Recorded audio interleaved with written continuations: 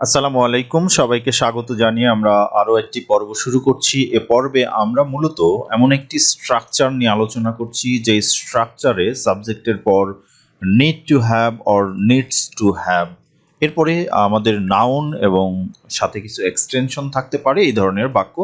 আমরা বাংলা বাক্যের কিছু সাধারণ নমুনা দেখি, যেখানে আমরা দেখছি একজন শিক্ষকের জনপ্রিয়তা থাকা দরকার, প্রত্যেক মানুষের কিছু ভালো বন্ধু থাকা দরকার, খেলোয়াড়দের নিয়মিত প্রশিক্ষণ থাকা দরকার, অথবা এই ধরনের যে কোনো বাক্য যেগুলো আমরা নিচে লিখেছি।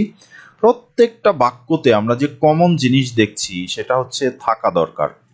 সো আমরা যদি কোনো বাক্যে থাকা দরকার এই বাংলা অংশ, এই অংশটা দেখতে পাই বাক্যাংশ, তাহলে সেই ক্ষেত্রে আমরা এই স্ট্রাকচার ব্যবহার করতে পারি। তবে হ্যাঁ, এই স্ট্রাকচার ছাড়াও কিন্তু আমরা অন্যভাবে হয়তো একই ট্রান্সলেশন করতে পারি কখনো কখনো, কোনো ক্ষেত্রে। সো আমাদের এটা খেয়াল রাখতে হবে যে এই স্ট্রাকচারটা আমরা এই ধরনের ক্ষেত্রে ব্যবহার করতে পারি। আমরা প্রথম বাক্যটিকে ভালোভাবে অ্যানালাইসিস করি এবং পরের বাক্যগুলোর ক্ষেত্রে আমরা ধীরে ধীরে অগ্রসর হই। প্রথমে আমরা এটা দেখছি যে একজন শিক্ষকের জনপ্রিয়তা থাকা দরকার। এই বাক্যে মূলত সাবজেক্টকে আমাদের এটা খুঁজে বের করতে হবে, কারণ আমাদের সেন্টেন্সের প্রথমে বসবে সাবজেক্ট, দেন আমাদের নিড টু হ্যাভ অথবা নিডস টু হ্যাভ, অথবা নেগেটিভ হলে নিড নট, এরকম ব্যবহার হবে। তো সেই ক্ষেত্রে আমরা এটা খেয়াল করব যে আমাদের সাবজেক্টটাকে। তো এই বাক্যে আমরা দেখছি যে একজন শিক্ষক, এটাই হচ্ছে সাবজেক্ট, তারপরে থাকা দরকার। সো একজন শিক্ষক মানে হচ্ছে a teacher, a teacher. A teacher third person singular number, কারণ একজন শিক্ষক। সুতরাং আমরা যদি বলি তাহলে বলবো নিডস, নিডস, কারণ থার্ড পারসন সিঙ্গুলার নাম্বারের ক্ষেত্রে যদি আমরা নিড ব্যবহার করি তাহলে সেই ক্ষেত্রে নিড এর সাথে এস যোগ হবে। তাহলে এ টিচার নিডস, একজন শিক্ষকের দরকার কি, টু হ্যাভ, থাকা। তাহলে একজন শিক্ষকের থাকা দরকার। এ টিচার নিডস টু হ্যাভ, একজন শিক্ষকের থাকা দরকার। অথবা আমরা যদি বলি শিক্ষকদের থাকা দরকার, তাহলে আমরা বলবো টিচার্স নিড টু হ্যাভ। তখন আমরা নিডের বেস ফর্ম ব্যবহার করব, তখন আমরা এস বা ইএস যোগ করব না। So A teacher needs to have, অথবা আমরা যদি শিক্ষকগণ বলি তাহলে আমরা বলবো teacher need to have. Right, আমাদের এই বিষয়টা খেয়াল রাখতে হবে। সো এই বাক্যে আমরা দেখছি সাবজেক্ট মানে হচ্ছে একজন টিচার বা টিচার্স, আমরা এখানে টিচার্স বলছি, সরি, এস হবে টিচার্স। সো আমরা যদি সাবজেক্ট হিসাবে একজন টিচার বলি তাহলে এ টিচার, আর যদি আমরা বলি শিক্ষকদের তাহলে টিচার্স এই শব্দটা ব্যবহার করব। সো নিডস টু হ্যাভ এটা কমন, কারণ থাকা দরকার এই অংশটা আছে আমাদের বাংলা বাক্যে। সুতরাং আমরা নিড টু হ্যাভ অথবা নিডস টু হ্যাভ এই অংশটা আমরা বসাবো। তারপরে কি থাকা দরকার, কিভাবে থাকা দরকার, কখন থাকা দরকার, সেটা আমরা পরে বিস্তারিত চিন্তা করব এবং সেগুলো ট্রান্সলেশনের ক্ষেত্রে ব্যবহার করব। সুতরাং এ টিচার নিডস টু হ্যাভ, একজন শিক্ষকের থাকা দরকার, অথবা টিচার্স নিড টু হ্যাভ, শিক্ষকদের থাকা দরকার। সো আমরা এভাবে কিন্তু আমাদের বাক্যের মূল অংশটা তৈরি করে ফেললাম। এরপরে টু হ্যাভ এর পরে নাউন বসবে। আমাদের খেয়াল রাখতে হবে নাউন কিছু থাকা দরকার, মেবি সামথিং, এনিথিং, ঠিক আছে। তো সেই ক্ষেত্রে আমরা এরকম স্ট্রাকচার ব্যবহার করব। আমরা পরের অংশ নিয়ে পরে কথা বলছি। আমরা পরের বাক্যটিকে আবার খেয়াল করি, প্রত্যেক মানুষের কিছু ভালো বন্ধু থাকা দরকার। তাহলে এই সেন্টেন্সে থাকা দরকার অংশটা আছে, সুতরাং আমাদের স্ট্রাকচার সেম। কার থাকা দরকার, প্রত্যেক মানুষের। তাহলে প্রত্যেক মানুষের ইংরেজি হচ্ছে এভরি ম্যান, এভরি ম্যান, অথবা আমরা এভরি ওয়ানও বলতে পারি। এটাও প্রত্যেক মানুষ বোঝায়, এভরি ওয়ান বা প্রত্যেকের আমরা বলতে পারি এভরি ওয়ান।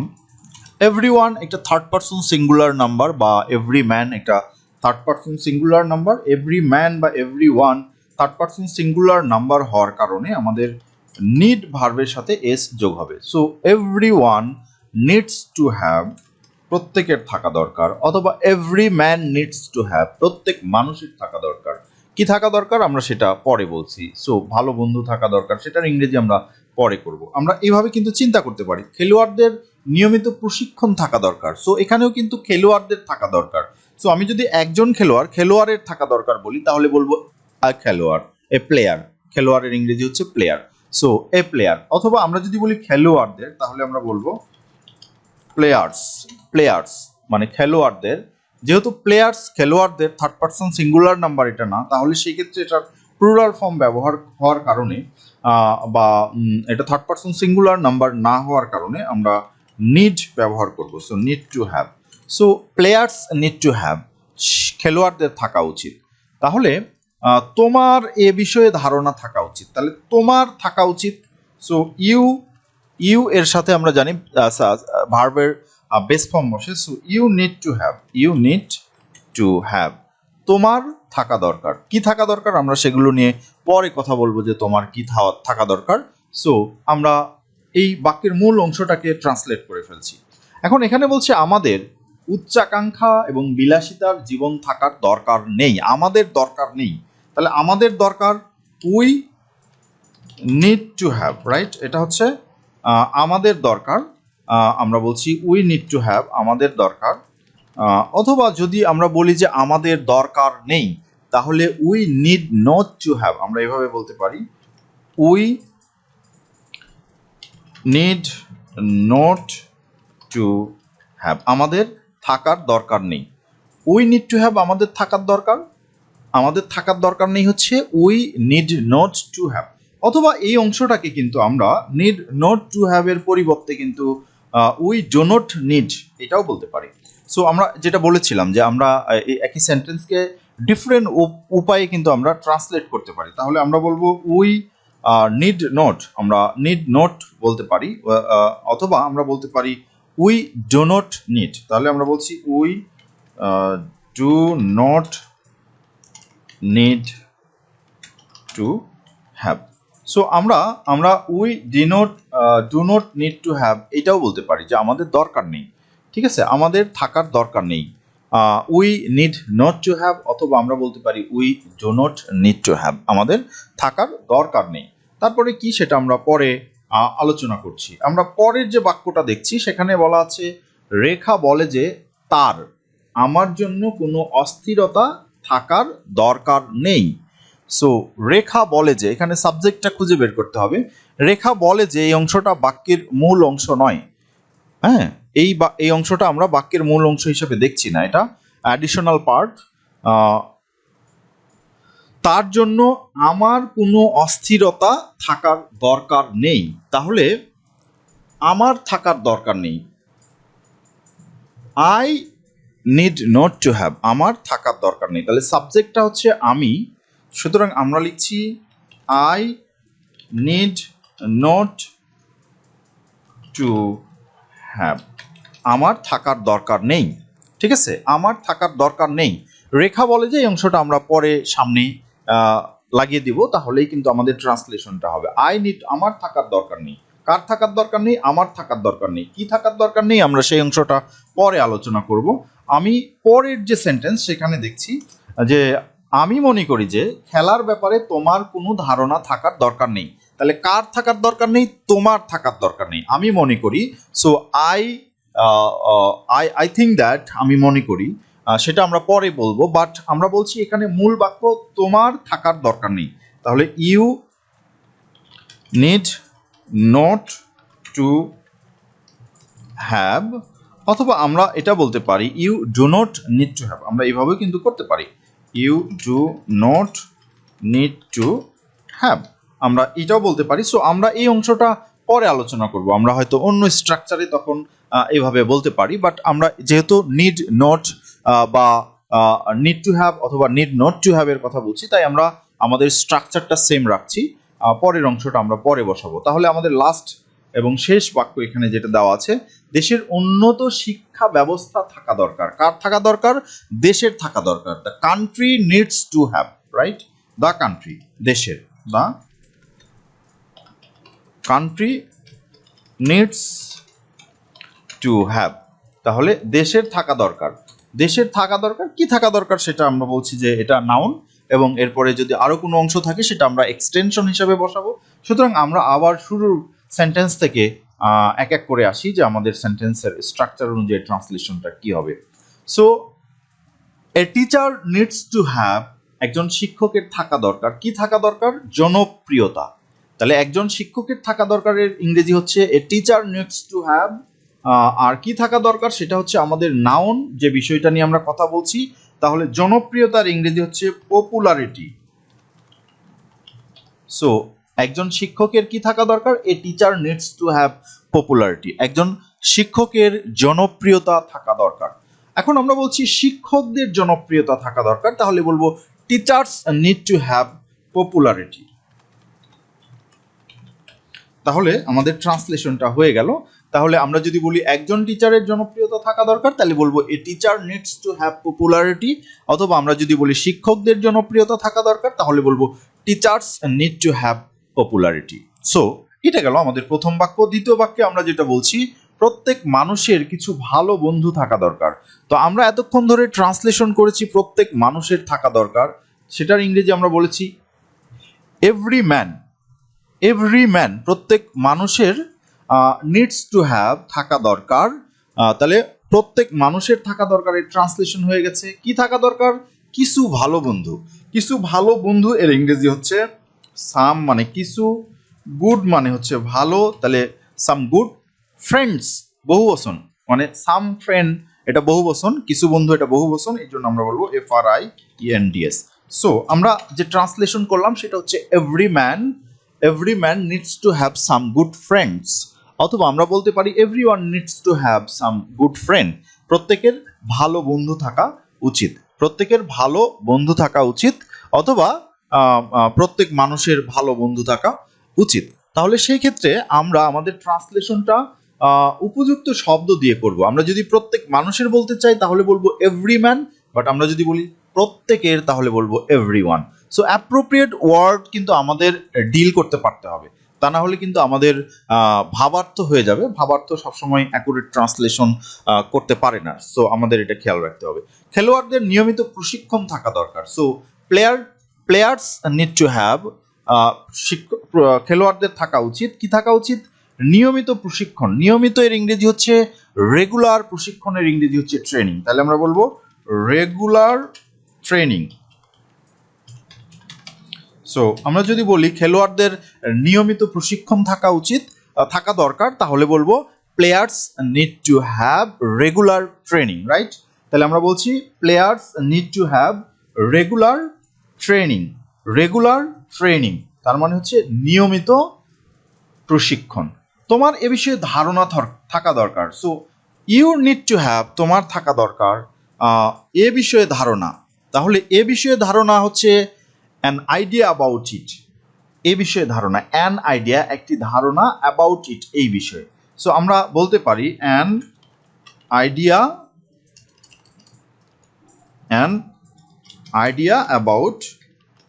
অ্যাবাউট ইট এই বিষয়ে। সো আমরা এটা বলছি যে তোমার এই বিষয়ে ধারণা থাকা উচিত। So you need to have an idea about it. তাহলে তোমার এই বিষয়ে ধারণা থাকা উচিত, এর ট্রান্সলেশন কিন্তু আমরা করতে পারলাম। এভাবে আমরা প্রতিটি সেন্টেন্সকে নিয়ে যদি চিন্তা করি তাহলে কিন্তু আমরা এর স্ট্রাকচার খুঁজে পাবো, আর এর স্ট্রাকচার খুঁজে পাইলেই কিন্তু আমরা অ্যাকচুয়ালি ট্রান্সলেশনটা করতে পারবো। So you need to have an idea about it, অথবা আমরা এটাকে হয়তো অন্য কোনোভাবেও বলতে পারি। সো এই অংশটাকে যদি আমরা অন্যভাবে বলতে চাই তাহলে হয়তো বলবো যে you need to have idea about this matter এই বিষয়ে। সো এই বিষয়ে অ্যাবাউট ইট আমরা তখন বলতে পারি এরকম করে, you need to have idea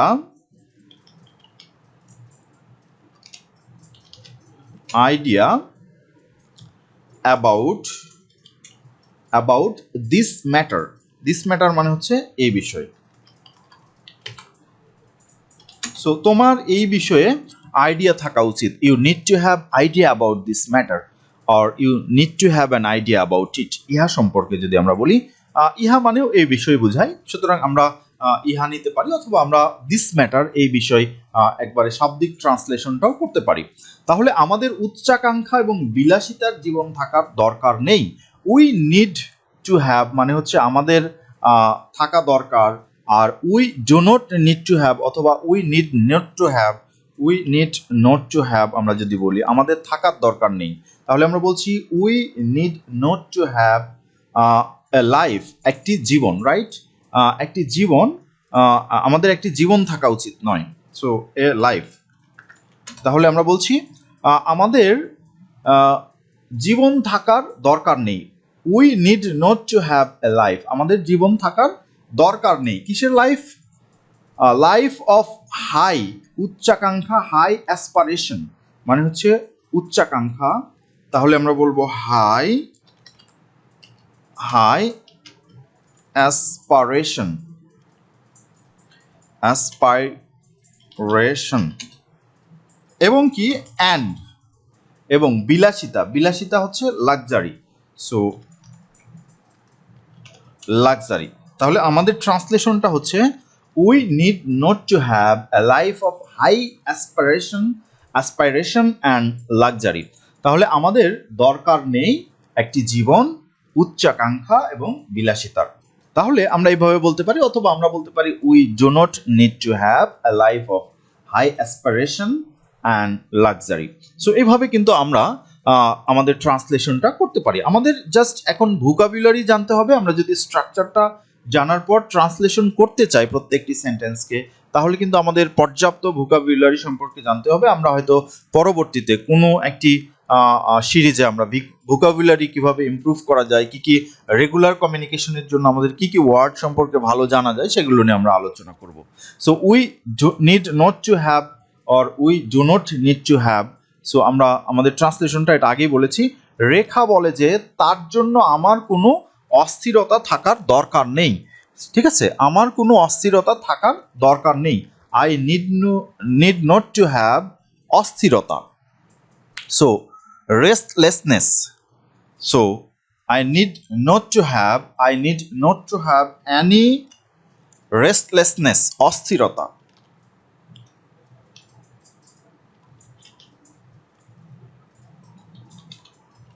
restlessness, অস্থিরতা।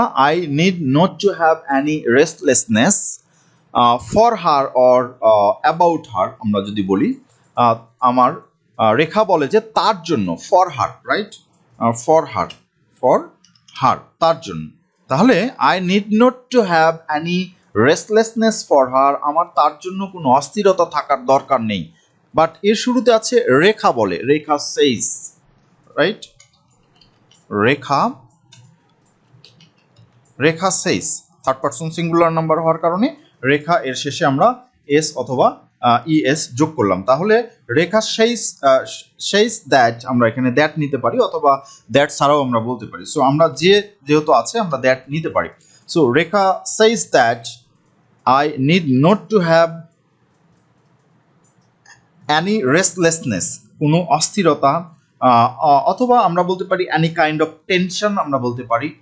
এখানে এই যে অ্যানি রেস্টলেসনেস এর পরিবর্তে আমরা কিন্তু অন্য শব্দ ব্যবহার করতে পারি, যে অ্যানি কাইন্ড অফ টেনশন। ঠিক আছে, Annie kind of tension. So আমরা একটা সেন্টেন্সকে বিভিন্নভাবে বলতে পারি, অন্য কোনো ওয়ার্ডও হয়তো আমরা প্রয়োগ করতে পারি। Any type of tension, anxiety, অথবা whatever I want to tell about, right? So Rekha says that I need not to have any restlessness for her or any kind of tension for her, right? So এইভাবে কিন্তু আমরা আমাদের ট্রান্সলেশনগুলো complete করতে পারি এবং আমরা সুন্দর সুন্দর করে ইংরেজিতে কমিউনিকেশন করতে পারি, ইংরেজিতে আমাদের মনের আশা বা ভাব ব্যক্ত করতে পারি। সো আমাদের আরও দুটি সেন্টেন্স আছে, আশা করি এই সেন্টেন্স তো তোমরা নিজেরাই প্র্যাকটিস করে কমপ্লিট করে কমেন্টস বক্সে জানাবা, সো দ্যাট আমরা বুঝতে পারি যে হ্যাঁ তোমরা ইমপ্রুভ করছো। তাহলে আমাদের পরবর্তী দুটি সেন্টেন্স হচ্ছে, আমি মনে করি যে খেলার ব্যাপারে তোমার কোনো ধারণা থাকার দরকার নেই, এবং তারপরের সেন্টেন্সটি হচ্ছে দেশের উন্নত শিক্ষা ব্যবস্থা থাকা দরকার। সো এই দুটি সেন্টেন্স তোমরা অবশ্যই ট্রান্সলেট করে কমেন্টস বক্সে লিখে জানাবা, সো দ্যাট আমরা এটা বুঝতে পারি যে তোমরা ভালো করছো। ধন্যবাদ সবাইকে, আসসালামু আলাইকুম।